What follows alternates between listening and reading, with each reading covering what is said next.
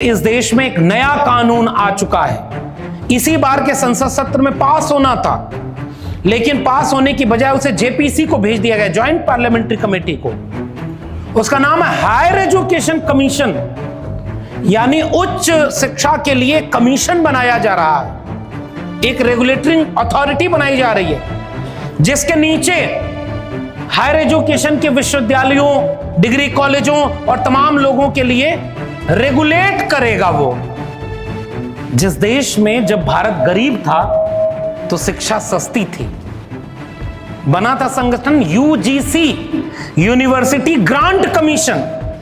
सरकार ग्रांट देती थी कि सस्ती शिक्षा हो तो गरीबों के बच्चे भी पढ़ लिख करके आगे बढ़ जाएं। भारत अमीर हुआ, जब गरीब हुआ भारत तो सरकारी प्राइमरी स्कूलों में नाम मात्र का 4 आना 8 आना भी नहीं फीस हुआ करती रही होगी, और फ्री के स्कूलों से, सरकारी स्कूलों से पढ़ करके भारत आगे बढ़ा था। और तब भारत गरीब था जब भारत 5 ट्रिलियन इकोनॉमी बनने जा रहा है तो सरकारी शिक्षा को प्राइवेट हाथों में बेच रहा है। जिस प्रदेश में हम और आप खड़े हैं उस प्रदेश में 2019 से लेकर 2023 तक 26,000 प्राइमरी स्कूल बंद किए जा चुके हैं और 2025 में 27,800 स्कूलों के बंद किए जाने की सूची बनाई गई थी। हजारों बंद कर दिए गए, ये कह करके कि 50 से कम विद्यार्थी जिन स्कूलों में हैं उन स्कूलों को बंद किया जाएगा या दूसरे स्कूल में मर्ज किया जाएगा। 2020 में जब नई शिक्षा नीति आई थी तो उसी शिक्षा नीति ने यह तय कर दिया था कि पूरी शिक्षा को धीरे धीरे प्राइवेट हाथों में बेच देंगे। जैसे बिजनेसमैन के लिए उद्योग होती है, उसी तरह शिक्षा व्यवस्था एक उद्योग बन जाएगी। और इस सब पर हम लोग दिल्ली में बहुत लड़े। जिस प्रोफेसर की डायरी का जिक्र आपने किया है, किताबों का स्टॉल, तो मैं ऐसे हर कार्यक्रम में कहता हूं, गुजारिश भी करता हूं, 10 लोगों का भी जब कार्यक्रम करिए तो बगल में किताबों का स्टॉल जरूर लगाइए। कोई आपके स्टॉल से पढ़ कर जाए, वहां से किताब खरीद कर जाए कि बाबा साहब डॉक्टर अंबेडकर ने एनिहिलेशन ऑफ कास्ट में क्या लिखा है, महात्मा ज्योतिबा फूले ने गुलामगिरी में क्या लिखा है, संतराम बीए प्रजापति की भी कोई किताब है क्या, इस समाज को तो अभी वो भी नहीं पता।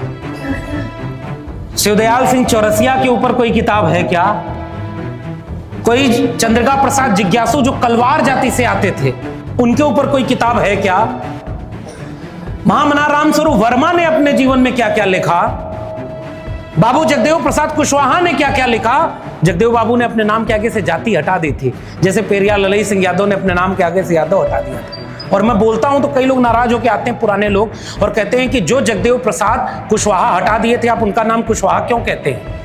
मैं कहता हूं, मैं जानबूझ के कहता हूं, जैसे पेरियार ललई सिंह यादव कहता हूं, कि उस समाज के नई पीढ़ी के लोगों को पता चले कि ये हमारे समाज का है, तो कम से कम उसी बहाने तो अपने समाज के लोगों को किताब पढ़ लो और पढ़ के जानो तो सही कि उन्होंने ये नाम हटाए क्यों थे। एक किताबों का स्टॉल जरूर हर कार्यक्रम में ऐसे लगाइए।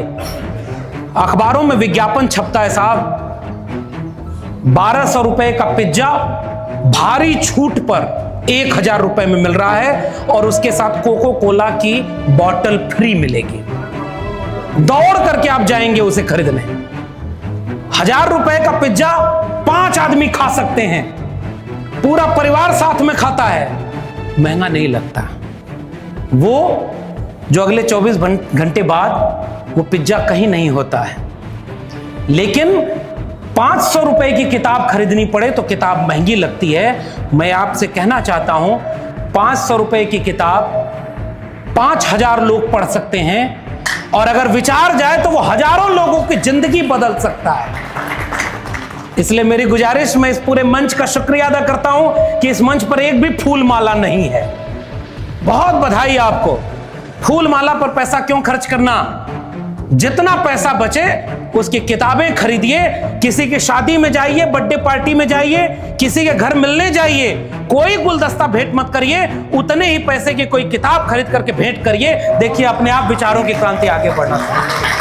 ये मैं गुजारिश करने वाला हूं। इसलिए मैं कहता हूं कि जब भी जाइए, जो नहीं किताब खरीद सकता है वो मांग के पढ़े, जो किताब खरीदने में सक्षम नहीं है वो सक्षम लोग उनके घर तक किताबें पहुंचाएं। हम जानते हैं कि मोबाइल के आने के बाद पढ़ने का कल्चर कम हो गया है, लेकिन फिर भी हमारे पास कुछ लोग आए मिलने, उन्होंने सुबह भी बताया कि साहब जिनसे लड़ाई है आरएसएस से, वो सैकड़ों रुपयों की किताबों को मुफ्त में घर घर पहुंचाते हैं। कभी आपने देखा चौराहे पर जहां गाड़ी खड़ी हो, कुछ किताबें मुफ्त में लेकर के लोग आ जाते हैं, साहब ये किताब ले जाइए, जीवन बदलने वाली किताब है। आपके पास भी पता चला होगा, समझदार को इशारा, नाम काफी नहीं, नाम लेने की जरूरत नहीं, मुफ्त में उनकी किताबें जाती। हमारी किताबें तो कोई पढ़ता ही नहीं साहब। खोजिए ना कि संतराम बीए फाउंडेशन ने 3 किताबें, अभी ये सुरेंद्र प्रजापति जी कल बैठे थे तो ये भी उसका जिक्र कर रहे थे, और जब मेरे पास वो किताबें आई और मैंने जाना देखा कि वो इस इतिहास का वो गवाह चैप्टर, पूरे जीवन कितना संघर्ष किया उन्होंने, अभी मैं इसमें वक्त खर्च नहीं करूंगा, बाद में और वक्त है। लेकिन खोजिए साहब, जात पात तोड़क मंडल से लेकर के बाबा साहब अंबेडकर को बुलाना, भाषण देने के लिए तैयार करवाना, भाषण नहीं हो पाया, 1936 में एलिना शरफ कास्ट किताब आई, वो इतिहास तो हमें पता ही नहीं, और नई पीढ़ी को अब बिल्कुल नहीं पता है। किसी मुगालते में हम न रहें। पुराने लोगों को हमेशा ये शिकायत रहती थी कि हम लड़ाई हार रहे हैं। मैंने बहुत सोचा तो मुझे लगा इसलिए हम लड़ाई हार रहे हैं क्योंकि हमने नई पीढ़ी को इस तरह के आयोजनों से दूर कर दिया है। इसी सभागार में औसत उम्र निकाल लीजिए तो 50 साल के ऊपर होगी, और हमारा नौजवान कहीं और भटका हुआ है। अचानक कोई आएगा और उससे कहेगा धर्म खतरे में है, वो उस वाली रैली में तुरंत शामिल हो जाएगा, वहां चला जाएगा, क्योंकि उसको पता ही नहीं कि उसकी शिक्षा भी खतरे में थी, ये बात कोई बताया ही नहीं, उसका रोजगार खतरे में था, ये कोई बताया नहीं। इसीलिए हमने प्रोफेसर की डायरी लिखी। नौकरी गई नहीं गई वो कोई बात नहीं, 22 साल टीवी में काम किया है इन्होंने, नवीन जी ने, और जब बोलेंगे तो बताएंगे कि मीडिया में आपने अपने कितना मीडिया हाउस खड़ा किया। आप नहीं खड़ा किए तो जो खड़ा हुआ है वो पहले कराची कब्जा करता है, फिर इस्लामाबाद कब्जा कर लेता है और माफी भी नहीं मांगता है। एक सिनेमा के हीरो बेचारे हॉस्पिटल गए और मीडिया वाले ने कह दिया कि मर गए, बहुत बड़े नेता थे, अभिनेता थे, चैनल पे पूरा शो चल दिया, माफी मांगी उस चैनल ने कि भाई वो जिंदा हैं, उनके बारे में कह दिया कि मर गए। तो मीडिया हमने ऐसा बनाया, हमारे लोगों को कौन देखता है, यूट्यूब चैनल भी नहीं हमारे खड़े हो पाते। हमारे स्कूल विश्वविद्यालय कहां है?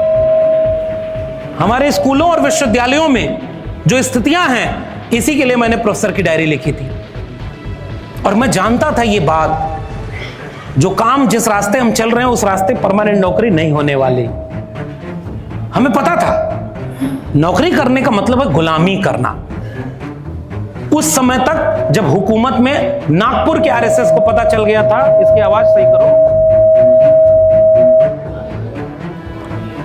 सामाजिक न्याय के कार्यक्रम में आप समझ जाते हैं कि कार्यक्रम कैसे होता है, और उनके कार्यक्रम में देखिएगा साउंड सिस्टम कैसा होता है, क्योंकि हम अपने कार्यक्रमों को मदद भी कहां करते हैं। तो इसलिए बहुत विपरीत परिस्थितियों में कार्यक्रम हो पाते हैं।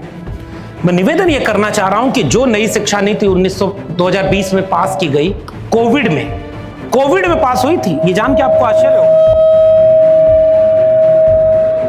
और जिस समय दुनिया कोविड से लड़ रही थी, उस समय हमारे देश में 3 कानून संसद से पास हुए थे, कृषक सुधार कानून, श्रमिक सुधार कानून और नई शिक्षा नीति 2020। आप जानकर आश्चर्य करेंगे, और मैंने ये बात अपनी किताब में लिखी, संसद में बहस हुए बिना इस देश की शिक्षा नीति पास हो गई और लागू कर दी गई। और उस शिक्षा नीति में साफ लिखा हुआ था कि देश में 45,000 सरकारी डिग्री कॉलेज हैं, और 2020 में यह नियम बना कि 2040 तक उन सरकारी डिग्री कॉलेजों को कम करके क्लोजर और मर्जर की पॉलिसी से 15,000 डिग्री कॉलेज पे ले आना है। ये कौन बताएगा आपको? हमें बताना था, क्योंकि हम विश्वविद्यालय में थे, हमारे सामने दिख रहा था कि ये विश्वविद्यालय बर्बाद हो रहे हैं। तो मैं नौकरी बचाता तो ये कहानी कोई बताने वाला नहीं होता। और जो आज भी प्रोफेसर हैं, अंदर हैं, वो भी अब उनकी बात सुनने के लिए कोई तैयार नहीं। इसीलिए मैंने ये किताब लिखी और जोखिम उठा के लिखी। नई शिक्षा नीति कहती है कि हायर एजुकेशन फाइनेंशियल एजेंसी बनाई गई है और यूजीसी को खत्म किया गया है, यानी अब सरकार ग्रांट नहीं देगी। 2014 का एजुकेशन बजट टोटल जीडीपी का 5.6% हुआ करता था। 2025 में जब फरवरी में बजट पेश हुआ तो जीडीपी का, टोटल जीडीपी का 2.6% एजुकेशन बजट बना दिया गया। 10 साल में एजुकेशन बजट घटाकर आधा कर दिया गया, इसीलिए क्योंकि अब विश्वविद्यालयों को कह दिया गया है कि अपना पैसा आप खुद जनरेट करिए, आप खुद से पैसा जनरेट करिए। तो विश्वविद्यालय या स्कूल कहां से पैसा जनरेट करेगा? खर्चा कम करेगा, आमदनी बढ़ाएगा। खर्चा कम करने के लिए विश्वविद्यालय में प्रोफेसरों को टेम्परेरी पर नौकरी रखेगा। मेरे विश्वविद्यालय में, दिल्ली विश्वविद्यालय में जो सीनियर प्रोफेसर है उसकी सैलरी आज की तारीख में 2.5 लाख रुपए है। खोजना इस देश के SC ST OBC तुम्हारे कितने प्रोफेसर 2.5 लाख सैलरी पाकर वहां बैठे हैं, और जो बैठे होंगे उनमें से 90% क्या कर रहे होंगे ये कहने की जरूरत नहीं। कोई पे बैक टू सोसाइटी नहीं है, उनमें 10% होंगे अच्छे लोग होंगे। आपके लोग तो वहां पहुंच ही नहीं पाए, उनको पेंशन मिलती थी, पेंशन खत्म हो गई, आपके हाथ से शिक्षा पूरी तरह छीन ली गई। और एंट्री लेवल पर 1.25 लाख रुपए प्रोफेसर की सैलरी है, और गेस्ट पर उसी दिल्ली विश्वविद्यालय में 25,000 रुपए पर पढ़ा रहे हैं। तो एक प्रोफेसर जितने में रखा जाता उसमें 6 प्रोफेसर पढ़ा रहे हैं। तो बताओ सरकार ये काम करेगी कि नहीं करेगी? तो आपके बच्चे परमानेंट प्रोफेसर बनेंगे ही नहीं। ये सारे किस्से हमने उसमें लिखे, और जब ये पॉलिसी बन रही थी दिल्ली की सड़कों पर हम नारे लगा रहे थे कि इस देश को किसी और चीज के लिए मत उलझाओ। इस देश में अगर सबसे बड़ा आंदोलन किसी चीज का करना है तो शिक्षा बचाने का आंदोलन करना चाहिए। ये कलम और किताब बेची जा रही है और इसको बचाने के लिए हमको सड़क पर आना चाहिए। और मैंने अपनी किताब में ये वाक्य लिखा है कि आज से 25 साल बाद, 50 साल बाद सरकारी स्कूल नाम की जब कोई चीज नहीं बचेगी, सरकारी विश्वविद्यालय नहीं बचेंगे, प्राइवेट स्कूल और प्राइवेट विश्वविद्यालयों का अंबार खड़ा होगा, गरीबों के बच्चे बाहर मजदूर बनेंगे, अमीरों के मुट्ठी भर बच्चे विद्यालय में पढ़ेंगे और विदेश जाएंगे। उस समय जब आने वाली पीढ़ी 50 साल बाद खोजेगी कि जब ये बर्बादी हो रही थी तब कोई बोला कि नहीं बोला, कम से कम प्रोफेसर की डायरी उन्हें बताएगी कि हाँ कोई नौकरी कुर्बान करके भी कह रहा था कि तुम्हारी शिक्षा बेची जा रही। इसलिए मैंने ये काम किया, और मैं जानता हूं कि ये कोई बड़ी बात नहीं है। नौकरी जाने के बाद सब लोग तारीफ बहुत करते हैं। साहिल के तमाशाई हर डूबने वाले पर अफसोस तो करते हैं, इमदाद नहीं करते। इमदाद का अर्थ होता है मदद करना। तो जो साहिल पर खड़े होकर तमाशा देखते हैं वो अफसोस तो करते हैं कि बेचारा डूब रहा है, बड़ी कुर्बानी दी, बेचारे ने नौकरी छोड़ दी। लेकिन उसके बाद क्या समाज उनकी हिम्मत बन पाया? कि जिन पत्रकारों को, हमारे एक मित्र हैं सुमित चौहान, नवीन जी हैं, और मैंने कई बार जगह वो बात कही है, नवीन जी बोलते, मैं पहले ही प्रसंगवश बोल दे रहा हूं। इन्होंने कई जगह ये सवाल पूछा कि बाबा साहब अंबेडकर 5 अखबार निकालते थे, चंद्रिका प्रसाद जिज्ञासु, संतराम BA, और उसके बाद मामना राम स्वरूप वर्मा, पेरियार ललई सिंह यादव, सब अखबार निकालते थे।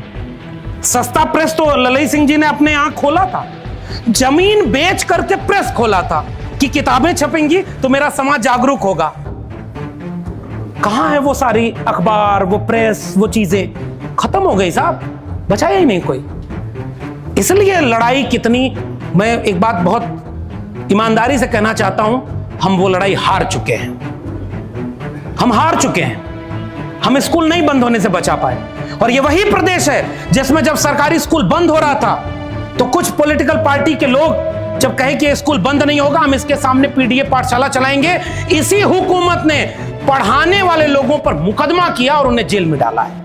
हमारा समाज नहीं खड़ा हो पाया उनके साथ। जो लड़ेगा वो अगर मुकदमा खाएगा। ये हमारे गंगवार जी बैठे हुए हैं, मैं तो आज सार्वजनिक मंच पर आपको बधाई देता हूं कि आपने कितना क्रांतिकारी काम किया था। और उस समय भी हमने आपके ऊपर वीडियो बनाई थी, कांवड़ लेने मत जाना तुम, ज्ञान के दीप जलाना।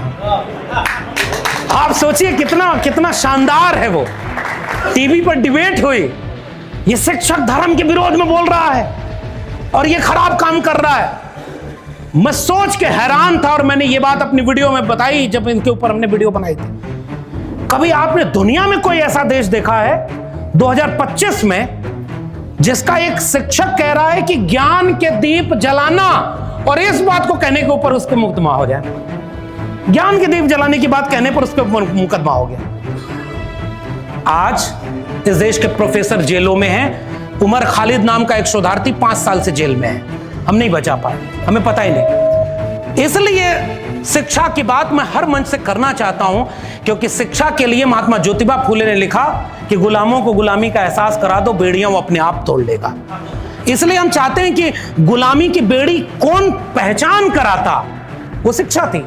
और शिक्षा केवल डिग्री से नहीं होती, वरना डिग्रियां फर्जी भी निकल जाती हैं।